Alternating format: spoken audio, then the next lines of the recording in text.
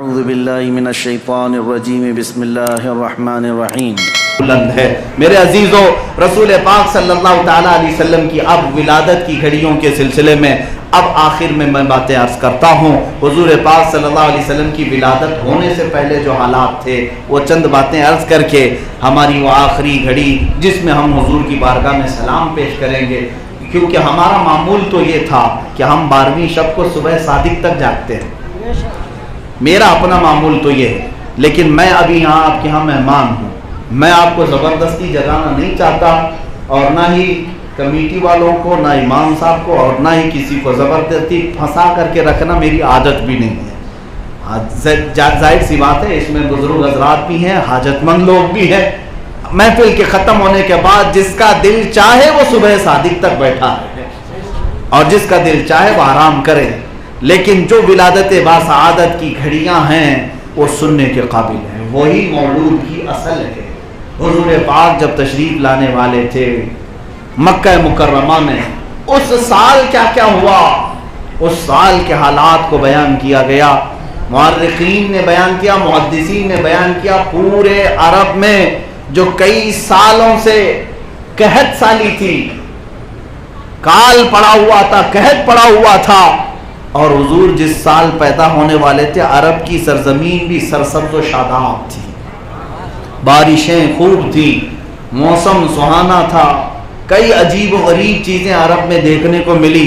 جو درخت کبھی پھل نہیں دیے تھے وہ پھل دینے لگے۔ اور اس سال جس سال مکہ میں میرے آقا کی ولادت ہوئی، پورے مکہ میں جتنی عورتوں کو بچے ہوئے کسی بھی عورت نے لڑکی نہیں جنی، سارے وطن سے بیٹے ہی پیدا ہوئے۔ مکہ میں اس سال صرف اور صرف لڑکوں کی ولادت ہوئی۔ جو عجیب و غریب باتیں ہوئی حضور کی ولادت سے پہلے، ان کو ارہاسات کہا جاتا ہے۔ اور پھر جو حالات تھے حضرت آمنہ رضی اللہ تعالیٰ عنہا سے جو روایات ہیں ولادت کے وقت کے، وہ بھی سننے کے قابل ہیں، اور محدثین نے جو بیان کیے، کہا کہ جب ولادت کی یہ گھڑی آئی تو 3 بڑے بڑے واقعات ہوئے تھے۔ 3 بڑے واقعات میں کیا، ایک کسریٰ بادشاہ کا جو محل تھا، آج بھی وہ موجود ہے عراق میں، مدائن شہر میں آج بھی ہے، ہم نے دیکھا ہے وہ محل جس کے بارے میں بادشاہ کا چیلنج تھا کہ اسے ہزاروں لوگ مل کر کے بھی ہلا نہیں سکتے، توڑ نہیں سکتے۔ 12ویں صبح جب آئی تو اچانک اس دیوار پر ایسی دراڑ پڑ گئی، شک ہو گئی دیوار کہ اس میں سے ایک آدمی آج گزر سکتا ہے۔ آج تک وہ شک ہوئی دیوار موجود ہے، محل ویسا ہی ہے، دیوار پھٹی ہوئی ہے، ہم اس میں سے گزر بھی سکتے ہیں۔ اس کے سارے چیلنج چکا چور ہو گئے، چکنا چور ہو گئے، اور وہ پھٹی ہوئی دیوار آج بھی ہے۔ کیوں شک ہوئی پتہ ہی نہیں، پتہ نہیں۔ اور اس کے 14 کنگورے گر گئے جو اس کی عزت کے باعث تھے۔ اور دوسرا جو سب سے بڑا واقعہ ہوا وہ یہ تھا کہ ایران کے جو مجوسی تھے، فارس کے جو مجوسی آگ کے پجاری، 1000 سال سے آگ کی پوجا کر رہے تھے اور آگ کو بجھنے نہیں دیا تھا،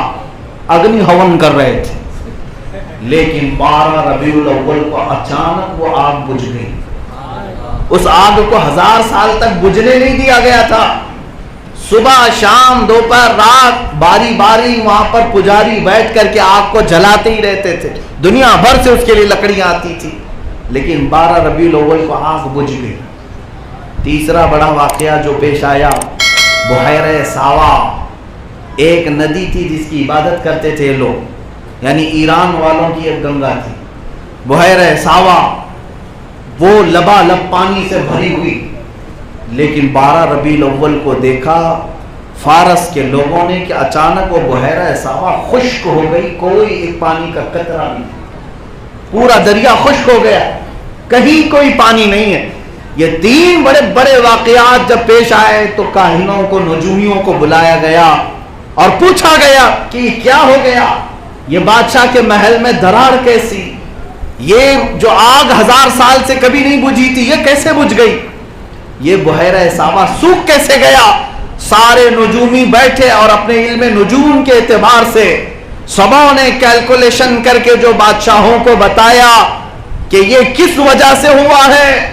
تو وہ سارے نجومیوں کی زبان سے جو کلمہ نکلا ہوگا، جس کی ترجمانی ہمارے زمانے کے امام زمن نے یوں کہا کہ شاید نجومیوں نے یہ کہا تھا بادشاہوں کو، آئی نئی حکومت سکہ نیا چلے، آئی نئی حکومت سکہ نیا چلے گا، عالم میں رنگ بدلا صبح شب ولادت۔ اب بدلا ہوا ہے، یہ سب بڑے واقعات جو ہوئے ہیں، وجہ یہ ہے کہ کوئی بچہ پیدا ہوا جو پورے عالم پر اب حکومت کرنے والا ہے۔